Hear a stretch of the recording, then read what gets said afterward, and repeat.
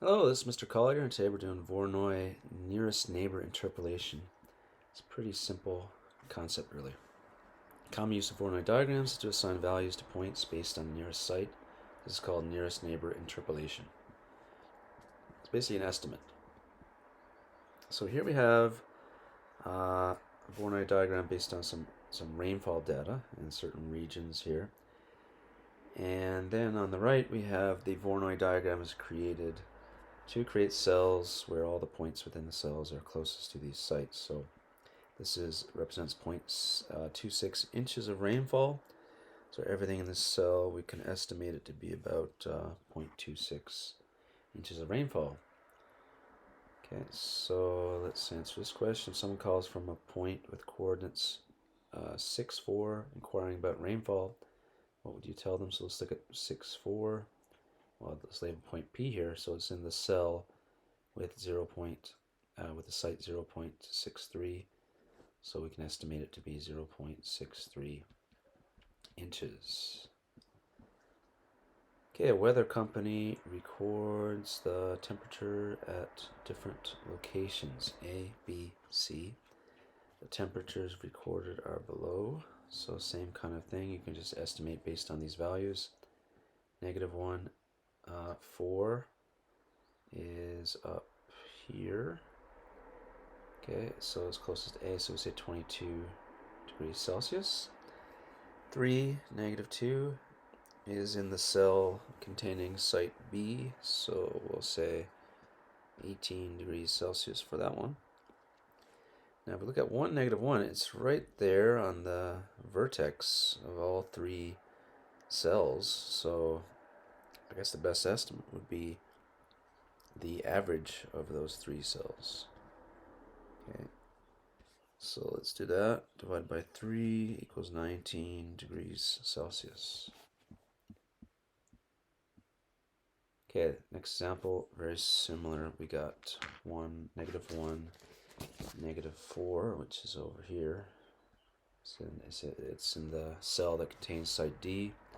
So we'll estimate 9.3 inches of snowfall. And 2, 1 is right here.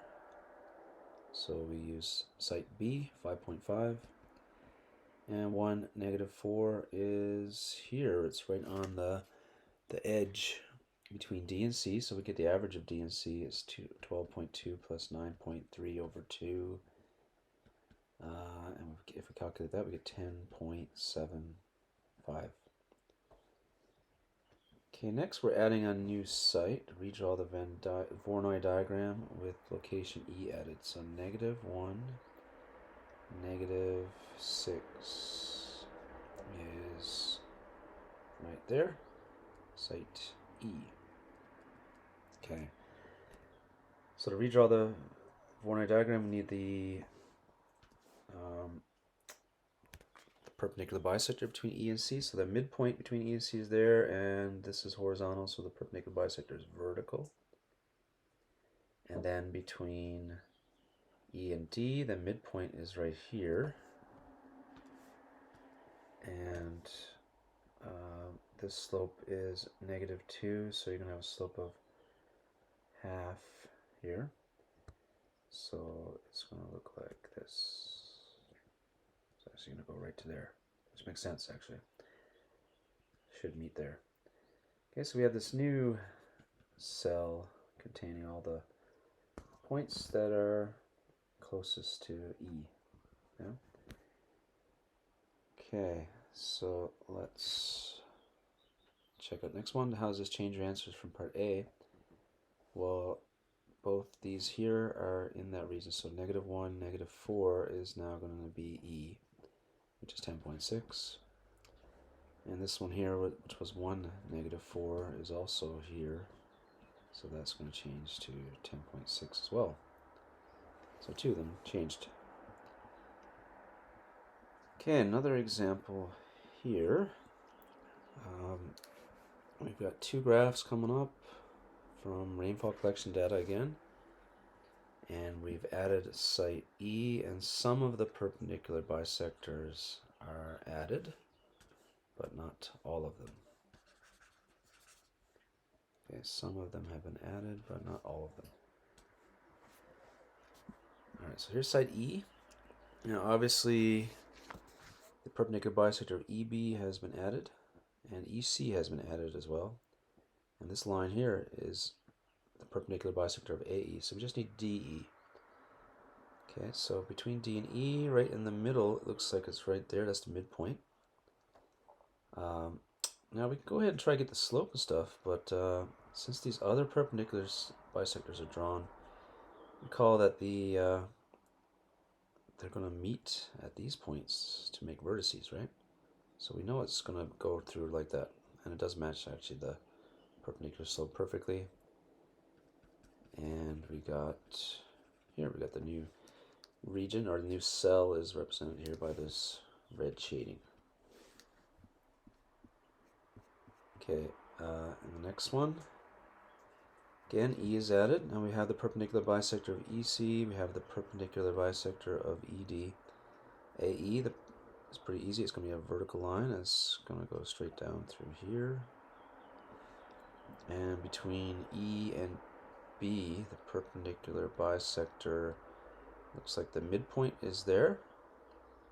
And it's going to go like this. And we got this new region, or this new cell that contains site E. It's going to be this red region right there. Okay, now we have some questions down below. It is given on a particular day that the rainfall is this from graph 1 in each of the regions. So before E was added, we're going to get the amount of rainfall.